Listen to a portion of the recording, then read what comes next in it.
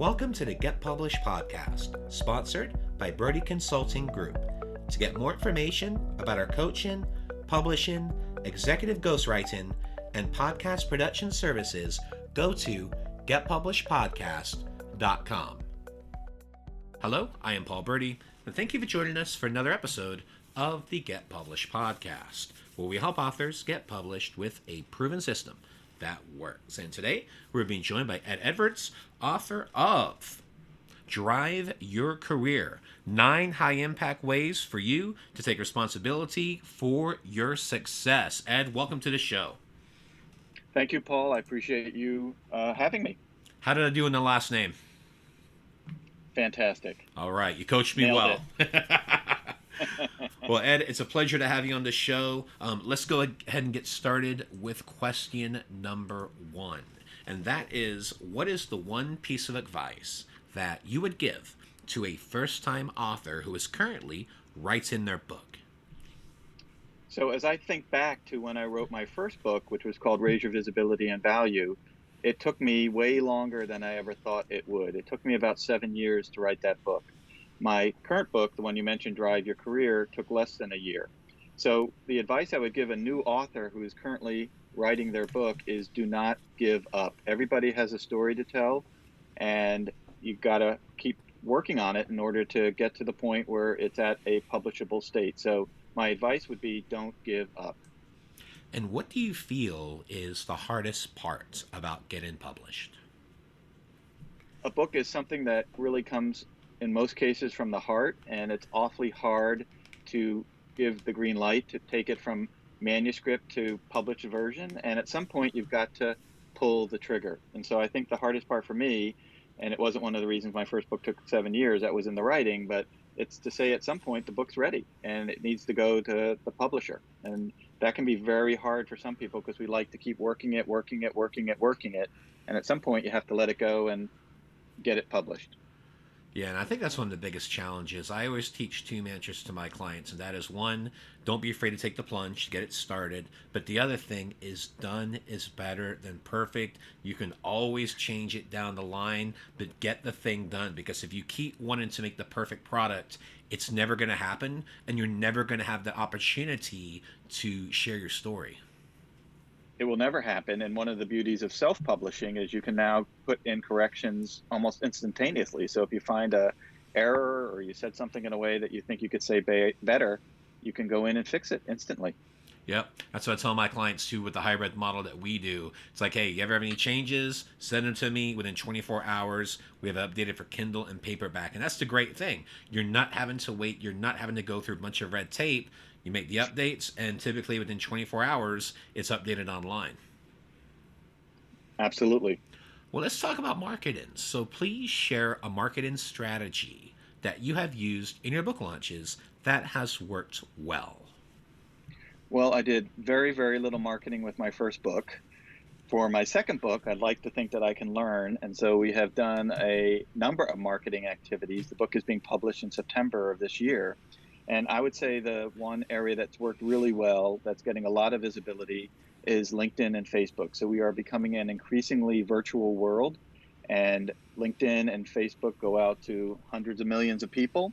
And what better way to get something seen by that many people? So we've created some very brief, short blurbs or pocket items that pop up on LinkedIn and Facebook on a regular basis, and it seems to be working really well. So what exactly is a pocket item? So it's a pop-up of a quote from the book. So it's a graphic of the book cover, some nice color at the base, right, to catch people's attention, and then a very simple quote from the book. And it's something that, as you know, anytime somebody likes it, it also appears on their profile. And then if anyone on their profile likes it, it appears on that person's profile, right? So, and you can also track how many people have seen it. So you can go in at any time and see that 180, 280, 380, whatever it might be, have seen or taken a look at the the pocket item or the graphic that you have put out on Facebook or LinkedIn. So what were the main pieces that you're utilizing? I know you mentioned different excerpts from the book. What other things were you also posting? Because it sounds like in each of those, you also included the cover. Is that correct? Well, there's a graphic of the cover. Mm-hmm. Right now, it's strictly a quote from the book. So the book itself has a number of quotes included from famous people, as well as quotes from the author. And so we're mixing all those. And the goal, quite frankly, Paul, is to get people's attention. Yep. And if they like the quote or they like the thought, might also transition that to, hey, maybe I'd like the book. Are you also including in the comments the potential link for them down the line too, once you actually get to the point where the book is coming out there? What's the strategy with that? Because it sounds like you're utilizing this for awareness, which is great, but what are the pieces you're going to focus on for the conversion too? Right. So to your point, right now it is awareness. So the book's not published, and it won't be published until September of 2020. So until that date, right now it's for awareness. In September, when the book's available, we'll be adding at the bottom of that graphic or in the text section of LinkedIn and Facebook a link to Amazon or Barnes & Noble or whomever is offering that type of service where people can purchase the book. Perfect. I appreciate you letting me dig a little deep in that, because I figured that was your strategy, but I just wanted to share that with our listeners as well, because there's so many pieces that you can do with that. And then in regards to your communication rhythm, how many times are you posting right now? Because as we're recording this, it's late July. This is going to be released on August the 5th. But what is your communication rhythm? Are you doing 3 or 4 or 5 posts a week? How are you layering that out to continue to build that anticipation? We're doing 2 per week. So Tuesdays and Thursdays. I'm not an expert in this area, so I don't know what the right amount is. And I would imagine for different people, more may seem better, less may seem better. But I think the more important thing, Paul, with LinkedIn and Facebook is that you have recurrence. Yep. So if you're going to do it every Tuesday, Thursday, you need to ensure you do it every Tuesday, Thursday, because then people get used to seeing it. But, I also don't want to flood the market with this information because people might get turned off by it. So we're doing it twice a week. Got it. Well, speaking of books, I'd like to know what is your favorite book and what was the number one thing that you learned from it? So I have been reading books since I was 14 years old. So I have read a lot of great books. My most recent favorite book is The Fearless Organization by Amy Edmondson. And this has to do with the concept of psychological safety and the importance of creating an environment where people can say what needs to be said and do what needs to be done in order to make teams more effective and productive. And it talks about candor and respectful candor, right? Saying what needs to be said, but not in a disruptive way. So again, it's called The Fearless Organization by Amy Edmondson, and I'd recommend it for anybody out there looking to lead or provide guidance on how teams can be more effective. And for a final question, what is your favorite quote and why?